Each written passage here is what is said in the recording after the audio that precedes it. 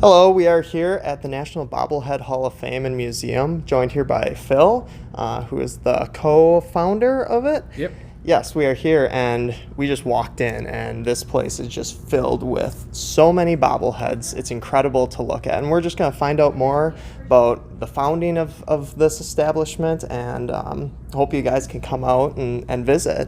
So, Phil, how did you first come up with this idea? How did this all start? So I've always been a collector. Started out collecting baseball cards when I was young. My dad collected baseball cards growing up and got me into that hobby, and that transitioned to bobbleheads in about 2003 when we started getting bobbleheads. The other co-founder, Brad, was working for a minor league baseball team in Rockford, Illinois, so about an hour and a half from here where we both grew up.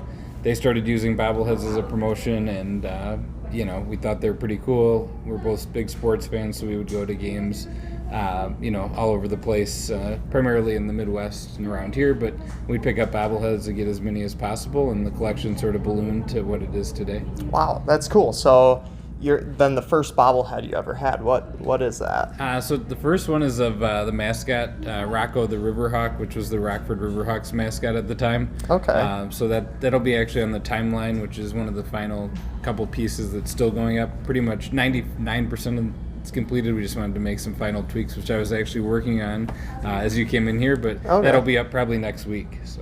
Cool. So then this transitioned all from baseball cards pretty much. Do you have your own personal collection now of bobbleheads, or is this your personal So this collection? is the personal collection for the most part. There are still plenty of bobbleheads that aren't in the museum. We have storage to handle sort of the excess bobbleheads. We have about 6,500 unique bobbleheads in this space on display, and about 10,000 in the collection. And that collection's growing every day because we're getting new bobbleheads. Teams are doing new bobbleheads. We're producing new bobbleheads. So yeah, every day it's growing. So now to get the bobbleheads, you said teams are producing them. So do you reach out, buy from them? Do they just donate to them? Most of the teams will just send them in. So we'll get bobbleheads sent in from teams, from collectors, from all over the place that are just sending in bobbleheads, so they're included in the collection. Okay, that's cool. So do you do services where you buy off of people? Do people come personally in and maybe say, hey, here, can I do a trade-in or something? We get that sometimes. For the most part, we really haven't needed to do that because we have so many. We've gotten so many. There are some rare ones that we're looking for, so if somebody came in with some of those, we'd definitely, be interested. We actually bought a couple bobbleheads for the first time today in probably a year or two.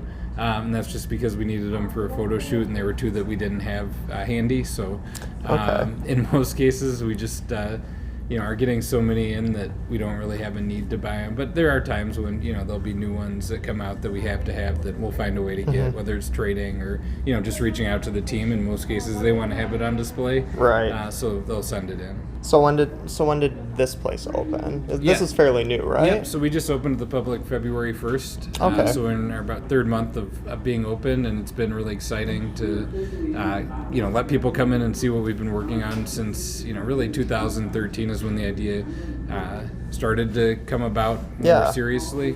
2013 we created our first bobblehead. Our collection was growing out of control, and that's how sort of the idea came about.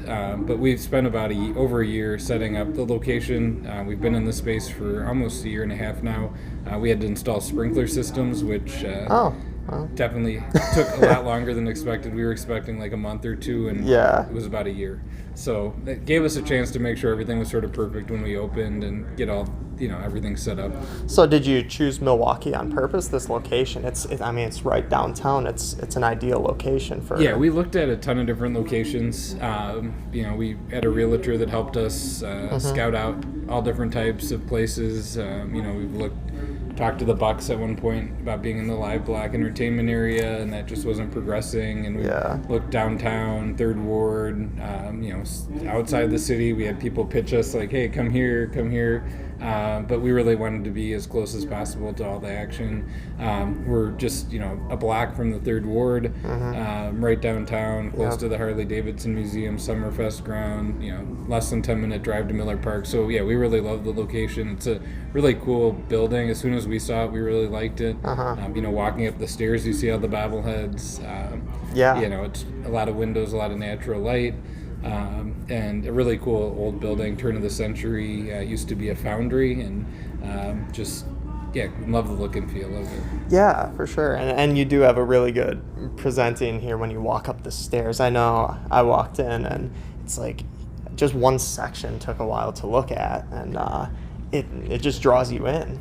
Yeah, I mean, we have people who spend quite a bit of time here. There's some people who, they want to make sure they see it, but they only have a few minutes on their way from their last business meeting to the airport, so they'll breeze through real quick and say, I got to come back. And then there's other people who, could spend 2 hours or more, especially if you read some of the panels and learn more about the history and so forth. But yeah, there's 6,500 bobbleheads to look at, so it takes quite a bit of time if you want to see them all and process some of that.